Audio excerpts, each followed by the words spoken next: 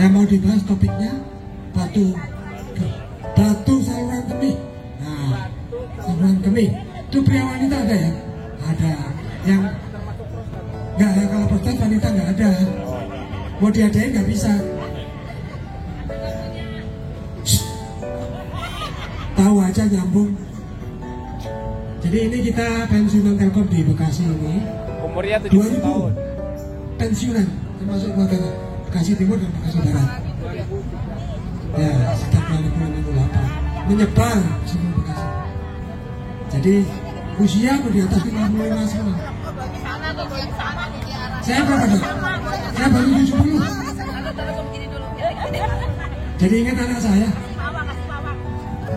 Jadi tolong dong aku diberikan penjelasan mengapa batu ginjal bisa ada. Ya? Padahal batu kan di luar, tak bisa masuk gitu. Saya kira dari itu saya, ini Pak Mul dari D2 Bekasi Timur, saya Barat. Nah, oke, selamat. Punya batu. Ya, terima kasih Pak Iwan waktunya. Dokter, saya akan memberikan data agar dokter punya bayangan. Ternyata Bekasi Barat dan Bekasi Timur ini adalah produk namanya janda, Pak. Kenapa demikian? Angkanya di Bekasi Timur 203 yang memang tidak punya suami, statusnya janda. Tapi kalau di P2T-nya sekarang namanya istri. Usianya secara keseluruhan persentasinya lebih tinggi ada di yang masih muda-muda, di atas 63. Di atas 63 masih muda pada zamannya, belum masih koma. Terus yang kedua, kami bangga kalau kami berkompetisi bisa dapat istri 28, karena kalau berpasangan dapat kita jumlahnya, artinya pihak suaminya di Bekasi Timur cuman ada 4 yang duda.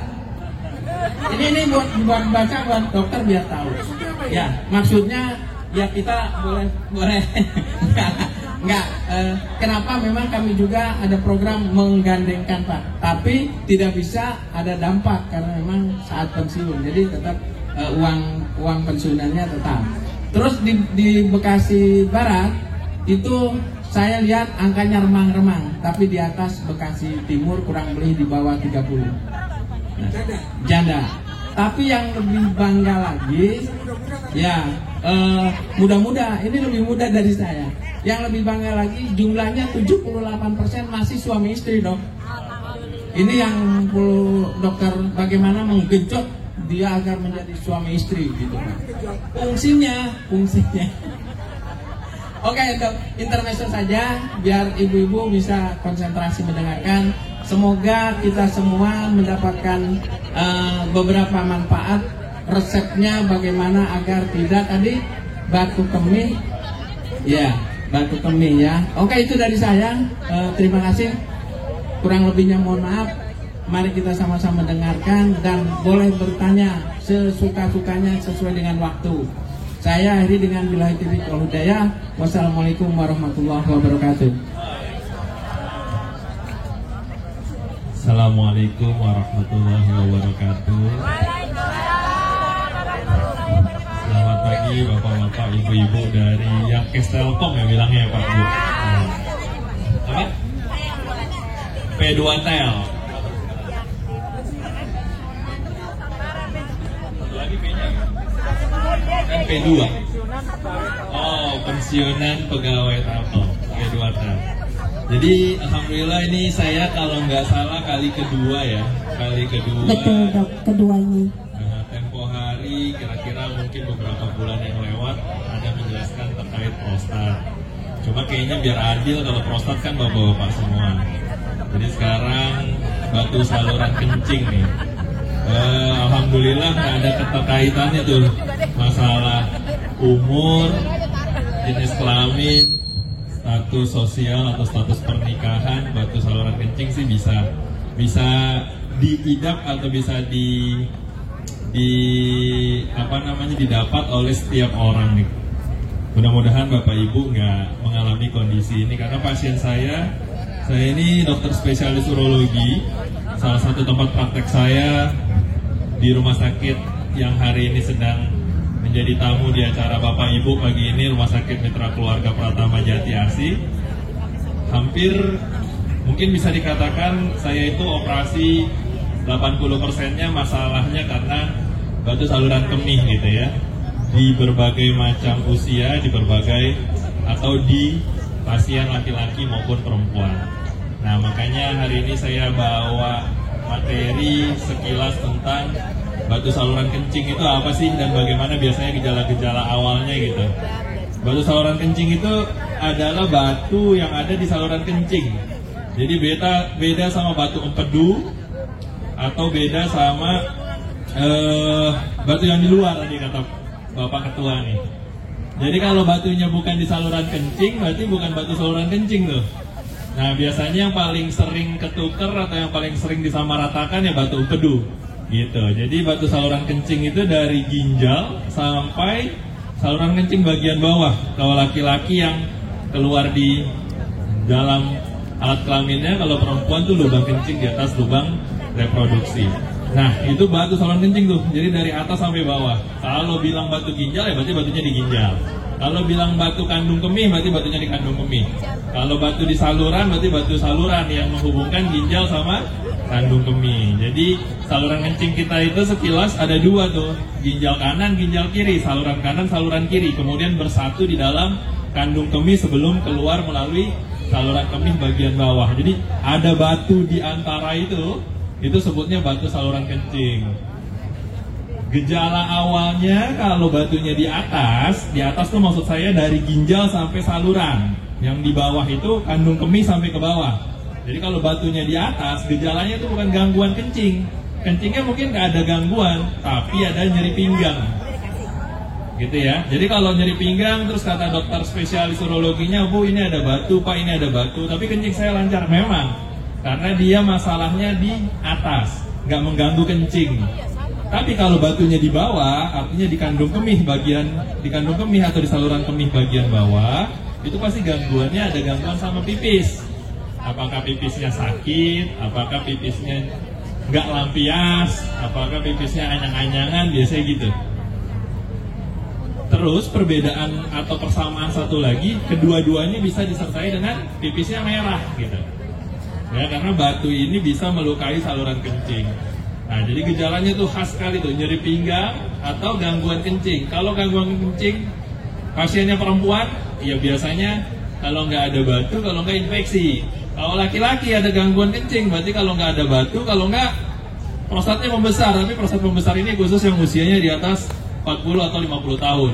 Kalau usia-usia muda, ya biasanya infeksi atau batu. Tapi kalau nyeri pinggang, apalagi nyeri pinggang yang tidak dipengaruhi oleh perubahan posisi, nggak ada urusan aktivitas, jadi lagi santai-santai, lagi istirahat, kok kayak pegel, cenut-cenut gitu ya.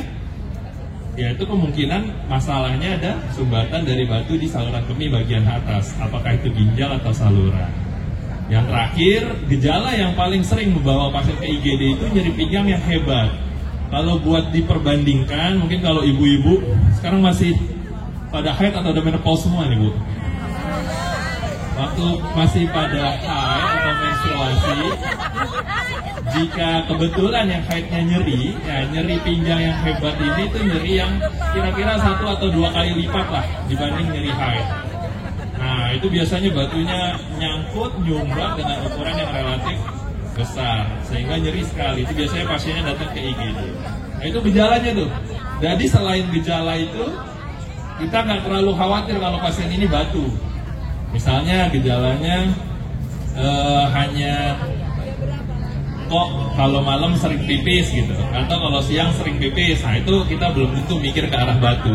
Jadi batu saluran kemih itu dua tuh. Kalau batunya di atas nyeri pinggang, kalau batunya di bawah kencingnya sakit, nggak lampias, anyang-anyangan gitu ya, atau bisa jadi disertai dengan pipisnya merah. Oke. Kemudian bagaimana pengobatannya atau bagaimana menentukan ini batu atau enggak gitu. Yang jelas harus minta nih kalau pasien pribadi langsung ke rumah sakit ketemu dokter spesialis urologi. Kalau pasiennya dalam cover asuransi nasional, minta sama dokter-dokter atau tenaga kesehatan di Vaskes tingkat satunya, apa itu klinik, apa itu puskesmas, untuk dirujuk. Kalau misalnya asuransinya pribadi, ya monggo juga langsung datang ke dokter spesialis urologi. Karena untuk menentukan itu, bukan pakai urin, bukan pakai cerita-cerita aja, kita harus minimal USG atau pemeriksaan radiologi yang lain. Baru kita bisa bilang, oh iya ini ada batu. Sampai kita belum melakukan pemeriksaan tersebut, kita nggak bisa bilang nih batu ini apa. Mau minum obat-obat seperti kumis kucing segala biji beli nggak akan ngaruh. Ternyata masalahnya bukan itu, ya kan? Kita udah minum aja banyak. Cuma setelah diketahui nanti akan ada beberapa kondisi yang ini bisa dengan obat saja atau ini perlu tindakan. Walaupun rata-rata batu itu yang ukurannya mengganggu atau menyumbat, tergantung posisinya, harus dikeluarkan dengan cara tindakan. Kebetulan dengan perkembangan teknologi kesehatan saat ini, sudah hampir di seluruh rumah sakit yang alhamdulillah kita kan di Kota Bekasi ya, bisa mengerjakan seluruh cara atau seluruh teknologi untuk menghancurkan batu ginjal tanpa dibelek besar, sehingga lebih nyaman gitu. Kemudian yang terakhir yang diupayakan biar kita nggak kena batu saluran kencing itu apa sih? Kalau tidak ada keluhan penyakit jantung, penyakit ginjal yang mana dari dokternya melarang atau melakukan pembatasan air minum, itu kita dengan berat badan di atas 60 kilo, rata-rata minum air putih itu harus 2-2,5 liter per hari. Air putih ya, nggak termasuk cairan-cairan yang lain seperti sirup, jus, kuah sup, sayuran, atau minuman apapun. Jadi itu khusus air putihnya aja tuh. Itu nggak bisa ditawar.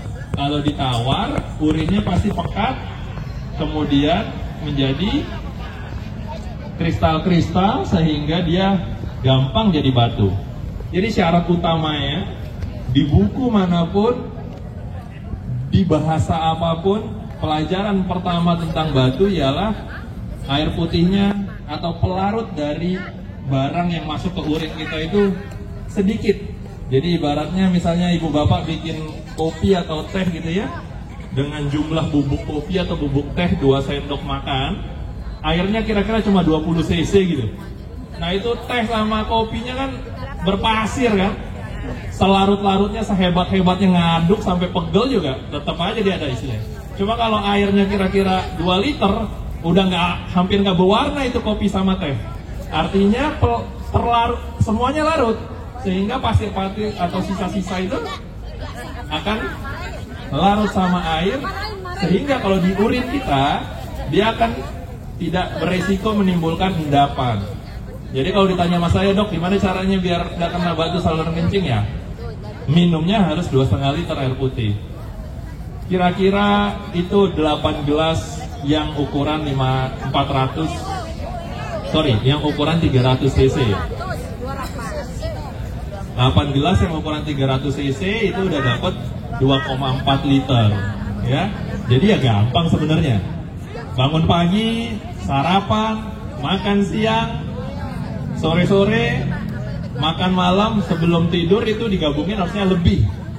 Cuma kalau minum yang lain, ngopi, ngeteh, atau jus atau apa, kadang-kadang kita nggak haus lagi tuh, jadi air putihnya otomatis berkurang. Oke, yang kedua, kurangi makanan-makanan yang kiranya tinggi garam atau kacang-kacangan. Jadi dalam seluruh batu yang kita lihat, paling banyak resikonya dari sana. Walaupun belum tentu itu, tapi paling banyak di orang kita itu karena makanannya tinggi garam dan hobi kacang-kacangan. Termasuk pete, jengkol, emping. Bukan nyalahin pete, jengkol, emping, dan bukan nggak boleh sama sekali, cuma jangan terlalu itu terus gitu makannya. Udahlah makannya itu, minumnya kurang. Nah, pas ketemu saya. Yang terakhir, banyak batu-batu yang kecil bisa digunakan penyembuhannya dengan obat. Cuma obatnya bukan buat ngancurin batu, Tapi buat melebarkan saluran sehingga dengan minum yang banyak, senam kayak gini setiap hari, batu itu akan turun dia dengan sendirinya dan nggak akan mengganggu. Banyak nih kalau nggak sengaja nih Bapak Ibu, misalnya sekian orang, kita punya waktu banyak, punya fasilitas banyak, kita USG semuanya, mungkin sebagian besar atau sebagian kecilnya akan ada batu-batu kecil tuh. Tapi nggak usah khawatir, selama minumnya banyak, aktivitas fisiknya baik, mungkin ditambahkan obat biar salurannya lebih lebar. Jadi nggak nyangkut ya, dia akan keluar bareng urin. Kemudian yang terakhir, apabila terdapat pasien sudah dilakukan tindakan tentang batu atau terkait batu, apakah bisa kambuh lagi atau enggak? Kira-kira jawabannya gimana tuh? Bisa, karena batu ini kita bikin, kita tambang, kita keluarin. Kalau kita terus bikin, akan ada lagi. Beda dengan sakit misalnya usus buntu gitu. Usus buntu itu kan organ tuh, infeksi, usus buntunya dikeluarin, nggak mungkin usus buntu lagi. Kalau mau infeksi, infeksinya udah bukan di usus buntu tapi di usus lain mungkin. Cuma kalau batu, dia sangat mungkin berulang kalau kebiasaannya itu tetap dikerjakan. Jadi batu ini sembuh total, iya. Bisa kambuh atau enggak? Bisa. Bisa nggak kena batu? Bisa banget. Apa yang membuat pasien-pasien pasti kena batu? Pertama, malas minum. Yang kedua, ada gangguan di saluran kencingnya yang menyumbat urin. Minumnya udah bagus, makannya udah bagus, tapi kebetulan ada gangguan di saluran kencing yang bikin urinnya tersumbat. Contoh yang paling sering ialah pasien laki-laki prostatnya besar, kencingnya udah mulai ganggu, cuma nggak merasa terganggu. Kencing sekali sejam, malam bangun 5 kali, setiap kencing mau rasa kencing lagi, kemudian netes-netes, nggak tuntas gitu ya. Banyak urinnya tuh terkumpul di kandung kemih. Dalam periode waktu tertentu itu akan gampang jadi batu. Nah, makanya jadi bapak-bapak khususnya atau ibu-ibu, saudara laki-laki atau suaminya yang mulai gangguan kencing karena pembesaran prostat, itu prostatnya harus dikontrol biar kencingnya lancar, karena itu resiko terjadinya batu tuh. Gitu. Jadi 2 hal yang tinggi kemungkinan jadi batu. Pertama, kurang minum. Kedua, ada masalah di saluran kencingnya. Paling sering kalau di kita ya karena prostat itu. Kalau perempuan paling sering karena nahan pipis ya. Jadi urinnya tersumbat tuh, lama-lama radang, terus nyangkut. Kebetulan minumnya juga lagi kurang. Ya pasti jadi. Gitu. Batu ukuran 4 mili aja itu bisa jadi masalah kalau ada penyempitan saluran. Sehingga diharapkan dengan cerita-cerita kita saat ini, pagi ini, bapak-bapak, ibu-ibu makin sehat, makin engeh gitu loh. Ternyata minum air putih ini banyak gunanya. Cukup murah dibanding penyakit-penyakit lain. Ya kan? Dan ini bukan penyakit yang pasti kena. Kalau pembesaran prostat kan pasti membesar, kecuali umurnya mau dipangkas nggak lebih dari 50 tahun. Kalau udah 50 tahun ke atas itu pasti membesar dia secara normal. Sama kayak ibu-ibu, pasti menopause. Laki-laki itu pasti mengalami pembesaran prostat. Jadi nggak bisa dicegah lah kasarnya gitu. Tapi kalau batu sangat bisa dicegah. Dan ini berlaku untuk seluruh usia, semua jenis kelamin, berstatus janda maupun duda. Tadi kata bapak banyak yang janda, sedikit yang duda. Nah itu nggak ngaruh tuh. Tapi sekali lagi mohon dijaga minum air putihnya, dikurangi konsumsi garam berlebihnya. Nanti kita sama-sama membuat kota Bekasi bebas batu gitu ya. Walaupun nggak mungkin sih kayaknya, karena tiap hari ini aja pasien yang datang ke rumah sakit. Mungkin sekian dari saya. Banyak pertanyaan, silahkan diusahakan nanti saya jawab sebaik-baiknya. Semoga apa yang saya sampaikan bermanfaat. Terima kasih. Assalamualaikum warahmatullahi wabarakatuh. Waalaikumsalam warahmatullahi wabarakatuh. Baik, penanya pertama 1, 2, 3. Bapak, silakan. Assalamualaikum warahmatullahi wabarakatuh. Waalaikumsalam warahmatullahi wabarakatuh. Tri Joko, usia 72 tahun, status duda. Selamat pagi Pak Tri. Begini dokter, Iya Pak. saya rasakan itu setelah lansia itu, kalau tidur malam itu bolak-balik pipis. Kalau di kampung saya istilahnya beser gitu dokter. Tapi pipisnya lancar. Nah, yang kedua tadi saya dengar dari dokter katanya bisa diobati membuat lebar saluran. Nah, apakah saya salurannya kurang lebar? Gitu. Lancar, habis kencing paling dekat itu 3 jam setengah baru mau kencing lagi. Iya betul. Nah kalau semalam aja saat tidur, anggaplah Bapak tidur 6 jam gitu ya, 5 kali berarti sejam sekali tuh. Artinya kencingnya nggak lancar, banyak yang sisa dibanding yang keluar. Berarti ada masalah di salurannya. Dan karena usia Bapak sudah tidak terlalu muda, kemungkinan besar gejala yang disampaikan Bapak ini khas sekali sama prostat yang membesar. Nah, tujuannya obat yang tadi saya bilang untuk melebarkan saluran kemih, tujuannya itu salah satunya Pak. Walaupun prostatnya membesar menjepit saluran, diharapkan dengan obat salurannya itu lebih melebar sehingga kencingnya lebih tuntas. Kalau kencingnya tuntas, bangun malam untuk kencing beberapa kali itu akan berkurang. Jadi nggak bolak-balik pipis. Bisa juga udahlah bangun malam sering, paginya seharian juga sejam sekali atau kurang 2 jam mau ke kamar mandi. Setelah kebelet itu nggak bisa ditahan tuh biasanya. Solusinya yang pertama jelas harus dievaluasi prostatnya. Sementara itu biasanya saya sarankan kepada pasien-pasien yang dengan keluhan dugaan pembesaran prostat biar kencingnya lebih lancar. Kalau lutut sama pinggangnya masih sehat, usahakan pipisnya jongkok. Sehingga dia lebih dorong tuh dengan penekanan dari otot perut tanpa harus mengedan yang berlebihan. Begitu. Kalau Bapak Ibu kebetulan yang beragama Muslim ya, sama saya sebenarnya kalau dikaji-kaji ada sunnah yang mau nyuruh kita pipis itu jongkok.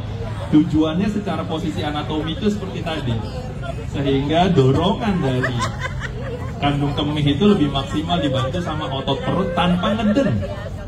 Karena kita dengan jongkok tuh otot perut akan menekan kandung kemih. Cuma yang masih muda-muda ini kan kadang-kadang lutut udah susah, pinggang udah susah. Paling nggak duduk tapi kakinya itu naik ke dingklik, badannya rebah, jadi dia tetap seperti jongkok.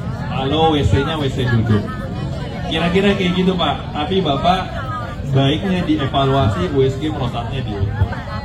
Risiko jadi saluran batu ada risiko kalau kencingnya banyak yang tertahan, apalagi kalau minumnya kurang.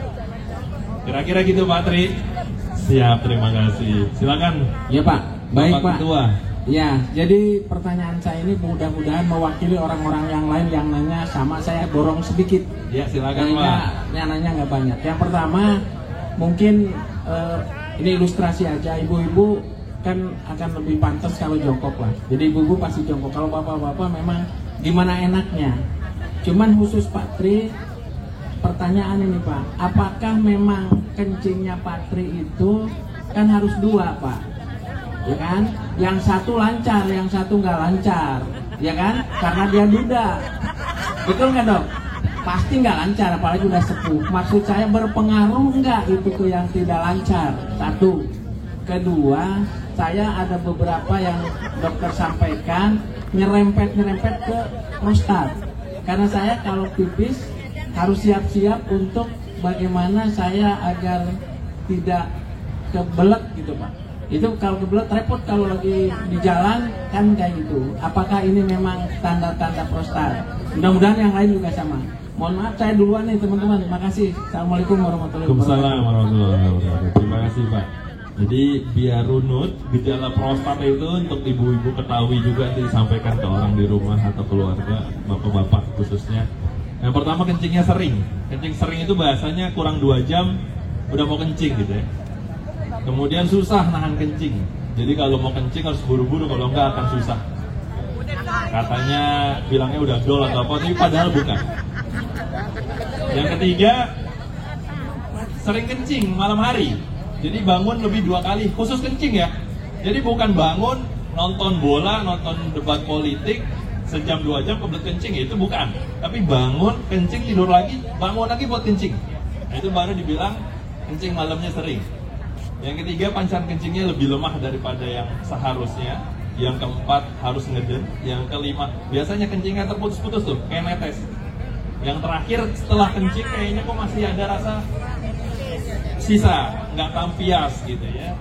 Sedikit orang bilang anyang-anyang, padahal anyang-anyangan biasanya ada nyerinya.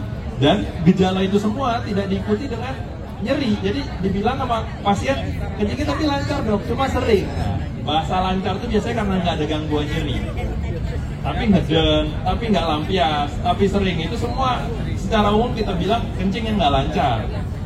Apakah ada kaitannya dengan tidak ejakulasi dalam waktu periode tertentu karena nggak berhubungan seksual atau apa? Nggak ada sama sekali tuh. Cuma apakah makin stres? Laki-laki kalau spermanya nggak keluar 3-5 hari, secara fisiologi dan secara psikologi meningkatkan hormon stres, sehingga rasanya lebih mengganggu, meningkatkan risiko katanya ke arah kanker prostat. Kanker itu dekat di korelasinya sama stres. Jadi kadang-kadang stresnya ini yang dikait-kaitkan, tapi secara langsung sih nggak ada hubungannya. Kalau begitu, semua pasien yang kiranya sudah tidak bisa ejakulasi dalam hal ini hubungan seksual atau apapun caranya, kita kasih aja terapi untuk kanker prostat. Tapi kan enggak nyatanya. Dan enggak ada juga kaitannya sama pembesaran prostat. Tapi biasanya gejala tadi itu bikin kualitas hidup langsung jelek. Bangun, tidur 5 kali, tidur udah gak nyenyak sama sekali. Besoknya aktivitas apapun walaupun di rumah pasti uring-uringan. Ditambah ada gangguan atau ejakulasinya sudah tidak lagi gitu, sehingga hormon stresnya naik. Mau nggak mau, kesannya keluhannya jadi makin berat. Padahal ada hubungan atau enggak. Yang ada hubungan erat ya, usianya udah 50 tahun, sehingga prostatnya membesar, membuat gejala yang tadi terjadi. Jadi, kalau ada peralihan stresnya, misal banyak ikut kegiatan seperti ini, atau kegiatan pengajian, atau apapun lah, kegiatan misalnya ada tanaman, peliharaan, prakarya segala macam, itu biasanya pengalih dari masalah stres yang tadi, sehingga keluhan gangguan kencingnya, apalagi sudah dibantu obat dengan rutin, biasanya akan baik, sehingga masalah terkait stres yang lain, darah tinggi segala macam, biasanya lebih terkontrol. Mungkin kira-kira itu penjelasan secara umumnya. Jadi pertanyaan masalah ejakulasi sama pembesaran prostat atau kanker prostat ini hits dari dulu gitu. Nah, jawabannya selalu sama, nggak ada ngaruhnya gitu. Ngaruhnya ke stres. Gimana Pak? Iya, atau ada pengalih stres yang lain gitu. Karena kalau usia-usia matang kayak bapak-bapak ini udah nggak mimpi basah. Beda sama yang muda-muda gitu. Kalau masih alhamdulillah Pak, nggak perlu modal nikahan lagi. Karena secara fisiologis itu tuh pasti akan keluar. Gitu. Dan pasti harus keluar. Sekarang tinggal bagaimana kita bisa memberikan edukasi ke teman-teman atau saudara-saudara, nggak ada hubungannya tuh terkait itu gitu. Jadi nggak bisa dijadikan alasan, wah saya sakit ini karena ini, bukan. Monggo silakan pertanyaan selanjutnya. Saya Pak. Ya. Selamat pagi Pak. Pagi Pak. Nama saya Pak Tri. Wah sama nih, ada 2 Tri. Pertanyaan saya, tadi Pak Dokter menyampaikan sehari minum 2,5 liter. Ya. Nah, itu kan 2,5 liter itu dalam waktu sehari, berarti kan artinya sebaiknya di mana letak minumnya yang paling baik? Misalnya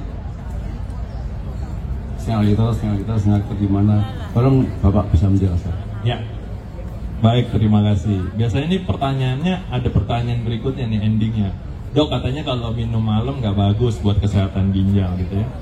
Jadi saya jelasin, kalau tidak ada urusan atau tidak ada masalah ginjal atau jantung sehingga orang ini tidak terbatas atau tidak perlu dibatasi konsumsi air putihnya. Kalau ada urusan jantung sama ginjal, biasanya teman-teman dokter penyakit dalam tuh ada yang kondisi-kondisi minum air putihnya tidak boleh lebih dari sekian ya. Biasanya 1 liter biasanya. Biasanya orang-orang dengan gagal ginjal atau dengan bendungan jantung yang badannya udah nggak bisa keluarin cairan optimal, biasanya minumnya dibatasi. Di samping itu nggak ada pembatasan air minum, tapi nggak boleh juga minum berlebihan. Contoh saking takutnya minum 4-5 liter udah nggak sehat juga itu. Akan ada juga masalah berikutnya. Makanya kita garis bawahi dengan berat badan rata-rata orang Indonesia di kisaran 60, 70 atau 80 sesuai tinggi badannya. Biasanya 2-2,5 liter itu udah paling ideal dan aman. Akan bikin urin kita encer, artinya jauh kemungkinan dari pembentukan batu, dan akan bikin kita juga tetap aman gitu, nggak sering kencing terus. Caranya gimana? Kalau ibu-ibu atau bapak-bapak yang sering bangun malam untuk kencing, terutama yang memiliki pembesaran prostat nih bapak-bapak, sebaiknya mah minum terakhir itu saat makan malam. Tapi kalau makan malamnya jam 9 ya apa boleh buat, bisa kita habis makan nggak minum. Tapi kan rata-rata kalau udah istirahat atau aktivitasnya banyak di rumah, masa ngalahin saya sampai rumah jam 10, jam 11, pasti kan maghrib udah di rumah gitu kan, makan malam jam 7, itulah minum terakhir. Kenapa? Sehingga sebelum tidur pipis, habis itu kandung kemihnya kosong. Jadi malam-malam nggak terlalu banyak keinginan untuk pipis. Bukan karena urusan sakit nanti, oh minumnya malam, takut ginjalan. Cuma untuk orang-orang yang sibuk, biasanya saya jelaskan, kita pasti minum saat makan tuh. Kalau itu sudah bisa 300-500 cc, berarti makan 3 kali sehari aja udah 1,5 liter. Sisanya kan kita pasti harus minum juga. Contoh, sebelum berangkat kerja, minumlah dulu kira-kira 0,5 liter. Di tempat kerja kira-kira 0,5 liter. Saat pulang, sebelum kita mandi atau ngapa-ngapain, 0,5 liter lagi. 0,5 liter itu 500 cc, dikit itu. 500 cc cuma segini. Minum, ngobrol-ngobrol, sapa-sapa orang di rumah, minum lagi, udah mandi. Pasti ada rasa mau pipis sekalian mandi. Tapi apakah ada pembagian-pembagian khususnya atau boleh nggak digelonggong sekalian? Secara normal kita nggak akan bisa tuh mematuhi aturan dan nggak akan happy ngejalaninnya kalau gelonggong gitu. Tapi kalau tanpa kita sadar, seandainya kita minumnya air putih aja, 2 liter tuh mungkin kurang, karena makan pagi, makan siang, makan malam itu kira-kira 300 cc kita pasti minum tuh air putih, kecuali memang nggak hobi minum gitu ya. Nah di tengah-tengahnya dengan aktivitas kayak ini aja nih Bapak Ibu harusnya 800 cc minum nih. Dari tadi mulai acara udah capek kayak gini kan.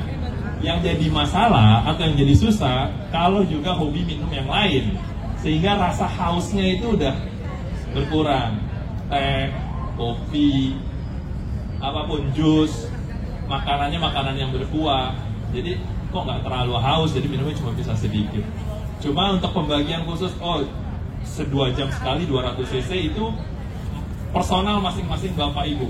Nggak ada yang mengganggu ke kesehatan maupun ke kondisi jadi resiko terbentuknya batu. Yang jelas total 24 jam itu seusaha kita tuh 2-2,5 liter air putih. Bahkan di buku-buku, di rilis-rilis resmi tentang kesehatan, penelitian-penelitian mintanya 3 liter gitu. Cuma kan mayoritas mereka berat badannya, orang-orang luar itu lebih berat daripada kita, makanya dia bikin 3 liter. Tapi kita 2-2,5 liter tuh udah bagus. Dan biasanya dengan perubahan itu semuanya jadi hilang tuh. Infeksi saluran kemih berulang jadi baik, batu-batu kecil yang dalam kontrol-kontrol sebelumnya ada jadi turun gitu ya. Hal-hal kayak gitu sangat menolong. Dan kalau katanya, dok saya minum banyak jadi sering kencing, kayaknya enggak deh. Karena kalau kita minum banyak, sering kencing, berarti kita minumnya banyak banget. Soalnya kita tuh kebelet pipis, kalau kandung kemih kita normal atau nggak ada gangguan, di 200-300 cc itu baru kebelet. Kalau kita minumnya 500, sebagian kan ke badan, baru sedikitnya kebuang. Jadi harus minum berapa kali biar itu 300. Gitu. Jadi itu terkait hal itu semua, sebetulnya memang susahnya membentuk kebiasaan. Kayak kumpul di sini pagi-pagi, ini kan perlu waktu nih kan Pak, sampai akhirnya rutin kayak gini. Nah, hal itulah kebiasaan-kebiasaan itu yang lebih sulit dibanding menjadwalkan minum ini. Intinya air putih mau dimasak, mau mineral, monggo silahkan. Yang penting air putih. Kopi sama teh boleh nggak? Boleh, yang penting tidak mengurangi konsumsi air putihnya dan bukan kopi instan atau kopi saset, ya kan? Karena gulanya gula fruktosa itu udah gula yang bikin kita risiko kencing manis segala macam. Ibu sama bapak harus mulai milih nih, kasih tahu juga orang-orang di rumah gula apa yang boleh masuk ke badan. Nasi putih udah pasti kita nggak bisa makan tanpa nasi putih, ya. Yang kedua, misalnya harus makan atau minum teh atau kopi dengan gula pasir sedikit, berarti itu.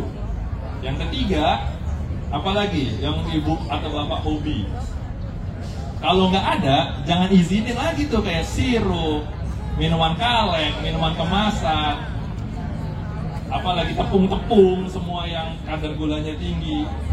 Tapi kalau mau satu lagi, dok, saya harus gorengan atau apa, kolesterol saya masih bagus, ya udah 3 itu aja, selebihnya jangan dikasih izin masuk. Ya, yang gampang paling dihiraukan tuh ya makanan-makanan manis lah, itu gampang untuk kita tolak kan. Tapi kalau disuruh nolak nasi putih kayaknya lebih susah. Tapi kalau dok gampangan nasi putih, ya mau nasi putihnya stop, kue-kuenya masuk boleh. Dengan kayak gitu mudah-mudahan kesehatan ginjal dan kesehatan pembuluh darahnya terjaga dengan baik. Tapi kalau kesehatan jantung, ya saya nggak bisa komen tuh kalau masih makan gorengan. Ada pertanyaan lagi? Iya dok, ada sedikit pertanyaan. Oke, boleh Pak. Ya. Perkenalkan, nama saya Imam Sanyoto, umur 70 tahun kurang. Ya. Yang ingin saya tanyakan mungkin sederhana saja dok. Ya. Kalau batu saluran kemih itu apakah mungkin ada hubungannya dengan mungkin kita jarang berhubungan gitu? Itu aja, terima kasih. Nggak ada Pak. Jawabannya nggak ada, soalnya pasien-pasien saya juga ada yang belum menikah tuh, dan banyak juga. Jadi nggak ngaruh. Yang ngaruh udahlah jarang berhubungan, minum air putihnya juga dikit. Atau berhubungan sih sering tapi minum air putih dikit, batu juga.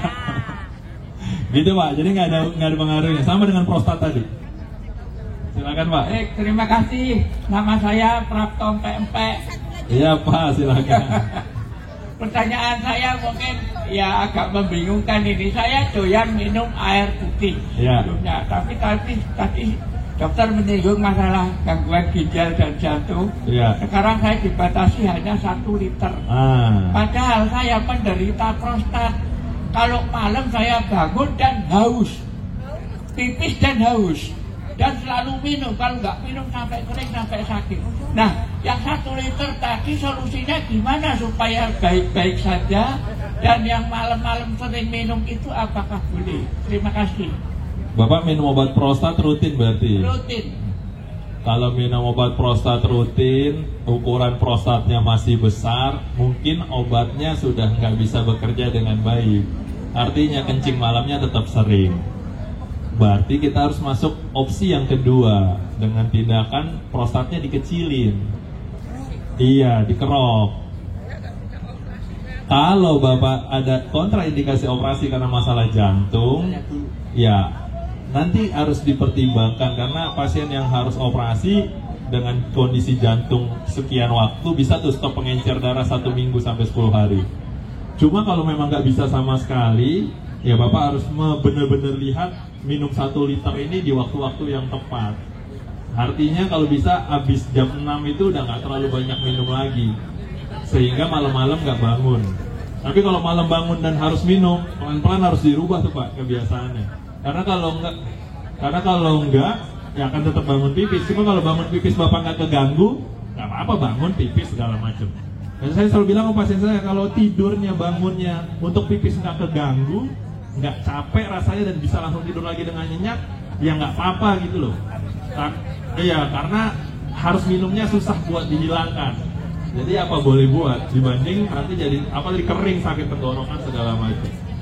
Cuma terkait pembatasan 1 liter itu ya, karena beban jantung atau beban ginjalnya sudah nggak bisa mengkompensasi. Kalau ukuran prostat Bapak di atas 50-an cc, memang agak berat untuk tetap kencing lancar dengan obat gitu. Walaupun ada juga yang prostatnya lebih besar tapi kencingnya tetap lancar dengan obat. Cuma biasanya kalau ada sakit jantung, sakit ginjal, memang kerja obat jadi kurang optimal sedikit banyak karena pengantar zat aktif obatnya itu tidak semaksimal yang jantung sama ginjal yang sehat. Kira-kira kayak gitu. Ibu silakan, dari tadi udah ngacung nih. Ibu silakan Bu. Assalamualaikum warahmatullahi wabarakatuh. Waalaikumsalam Bu warahmatullahi. Kebetulan Dok ketemu di sini. Ya. Saya kebetulan banget saya sebagai bidan di sini. Oh iya Ibu Kebetulan bidan. kejadiannya semalam ya Dok. Jadi ada yang bersalin dengan kondisi gelisah Dok, dan akhirnya tidak bisa mengedam, sedangkan kepala udah kelihatan. Akhirnya terjadilah partus lama Dok. Nah tadi pagi dia udah nggak bisa pipis jam 2 jam sebetulnya udah sedikit-sedikit. Kemudian kami observasi Dok. Tapi ternyata tidak menunggu pagi ya tidak lancar, akhirnya saya pasang dower kateter. Nah sesudah dikasih urispas ya Dok, ternyata pipisnya kemerahan. Apakah itu akibat dari obat atau memang traumanya akibat persalinan? Mohon penjelasannya Dok. Yang pertama pertanyaan dulu Ibu, di mana bisa beli urispas hari ini Bu? Saya nyari-nyari soalnya. Kebetulan di saya ada dokter Lagi ada. spesialis kandungannya Dok. Soalnya punya rumah sakit saya juga. sama pasien-pasien saya di beberapa rumah sakit tuh udah nggak bisa dapat urispas. Itu selingan aja Bu, nanti kita di belakang. Ada di semalam tuh pasiennya sendiri yang nyari Dok. Dapat di ya? 2K ya. Memang keliling-keliling tidak ada. Iya. Akhirnya saya suruh jangan pulang sebelum dapat, saya gituin. Terus dapat, tapi ternyata pas udah minum agak sedikit merah, tapi pagi tadi udah mulai bening lagi gitu tuh Dok. Itu Kemudian, apa akibat gimana Dok? apakah Mohon pipis penjelasannya. merahnya ini terkait dengan obat atau Trauma. kondisi partus Iya, lama? betul Dok. Kemungkinan besar tidak. Tapi yang bikin pipis merah, ini sekalian juga silakan Bapak Ibu boleh dengar, khusus kasus Ibu bidan, kalau pasien retensi urin atau tidak bisa kencing lama, terus kita pasang kateter, tiba-tiba urinnya keluar deras tuh, bukan deras, cepet. Kalau ukuran atau volume urin yang keluar itu lebih dari 500 atau 600 cc, biasanya setelah itu kencingnya akan merah. Kenapa? Karena kandung kemih kita habis ekstensi atau habis melebar sedemikian. Kalau nggak percaya, isi balon dengan air setengah liter itu membuangnya itu taruh di perut tuh. Kira-kira kebayang gedenya. Apalagi kalau lebih dari itu. Mungkin kalau habis dipasang dower kateter keluarnya sampai 700, biasanya setelah itu langsung kempes. Pembuluh darah yang teregang itu akan pecah tuh saat dia cepet-cepet mengecil. Jadi pembuluh darahnya rembes kayak kita mimisan. Sehingga kelihatan dari urin nanti pipisnya merah. Jadi kadang saya sering bilang juga sama teman-teman dokter jaga IGD yang tiba-tiba khawatir, Dok habis dipasang kateter urinnya keluar 800 1 liter, sekarang merah banget. Ya nggak apa-apa, pasti akan seperti itu. Nanti dia akan pelan-pelan akan balik. Apakah perlu urispas? Untuk kondisi merah ini sebenarnya enggak, Bu Bida. Jadi aman. Cuma nanti kalau ada keluhan nyeri kencing atau apa setelah kateternya lepas dan udah bisa kencing, baru tuh masuk urispasnya. Jadi gimana caranya kalau kita habis dipasang kateter tiba-tiba ada keluarga habis nggak bisa kencing lama, kira-kira di 300 cc itu ditutup dulu 15 menit. Jadi dia akan kemihnya beradaptasi dulu. Habis itu buka lagi. Jadi dipirit-pirit keluarnya untuk menghindari kecemasan pipisnya nanti merah. Dok, tapi kalau nggak kayak gitu gimana? Ya nggak apa-apa juga. Cuma saat merah kita udah tahu ini akan merah nih gitu. Jadi tenang aja. Jadi biasanya kalau saya dilapor, contoh nih kayak Ibu bidan misalnya, kebetulan dinasnya di rumah sakit ada urologinya, dikasih tahu, Dok, kencingnya jadi merah nih. Tadi habis nggak bisa kencing sekian waktu gitu kan. Oh iya tadi berapa keluarnya? Lebih dari 300 atau lebih dari 500, sekarang merah ya nggak ada masalah mudah-mudahan. Karena kan partusnya partus spontan kan Bu bidan ya. Kecuali partus atau kelahiran yang kemungkinan ada risiko dari cedera di kandung kemih. Tapi kalau ini sih biasanya karena itu. Dan kenapa bisa nggak bisa kencing karena partus lama ya? Karena ada tekanan di situ yang membuat kontraksi kandung kemihnya agak, bayangin kepala bayi di situ kan tekan semuanya. Cuma itu insya Allah akan balik lagi pelan-pelan. Kasih Dok, kebetulan Sama-sama, tadi Bu. pagi mau berangkat, saya berani berangkat karena udah Udah nggak mulai merah ya? Iya, nggak Gak apa, Bu Bidan, itu suruh Masa minum, tiga. suruh minum yang banyak. Kalau mau lebih cepat, di spooling NaCl ke dalam, habis itu lepas kateternya, habis itu diemin aja. Insya Allah aman. Iya, makasih Gak perlu banyak, tambah Dok. obat-obat apa-apa. Makasih Dok. Sama-sama Bu Bidan. Silakan Pak. Semangat pagi. Silakan, Perkenalkan, Pak. nama saya Lusino, umur 46 tahun. Yang saya tanyakan, Umur? 46 tahun. Masih paling muda nih. Muda ya. Iya Pak, gimana Pak? Yang saya tanyakan tuh, saya kalau goes itu dari ujung dari pangkal sampai ujung itu sering terjadi kram di ujung alat kelamin itu. Apa itu ada gejala prostat atau apa gitu Pak dokter? Bisa ada gejala sumbatan saluran kencing. Cuma kram ini nyeri maksudnya Pak? Enggak nyeri ya. Maksudnya kram aja, kayak ada semutan aja. Kemungkinan besar ada gangguan atau masalah terkait saluran kencingnya nyumbat. Kalau di situ-situ nyumbatnya ya paling dekat prostat. Kalau nyeri biasanya ada infeksi di situ. Kenapa bisa infeksi? Banyak urin yang tersangkut di situ karena pembesaran prostat. Lama-lama kumannya ke depan. Dari kuman yang dari urin nyangkut itu. Nah biasanya kalau di USG prostatnya gede, ya kita kasih obat prostat biar nggak kram lagi. Gitu Pak kira-kira. Baik, terima kasih Pak dokter. Sama-sama. Ibu silakan Bu.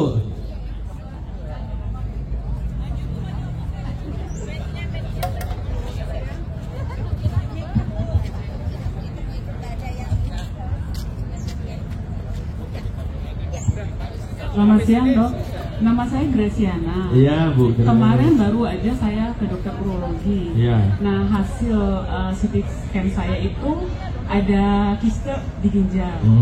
Nah yang saya mau tanyakan, kemarin dokter bilang dioperasi solusinya karena udah 4,7 cm. Tapi kalau dioperasi itu risikonya besar. Akhirnya dia bilang 6 bulan sekali di CT scan ulang atau 1 tahun sekali. Yang saya tanyakan, saya sering banget CT scan karena saya penderita kanker. Jadi 6 bulan sekali saya selalu CT scan. Yang saya mau tanyakan, kita kan disuntik kontras tuh dok. Iya. Obat kontras. Itu bahaya nggak buat ginjal?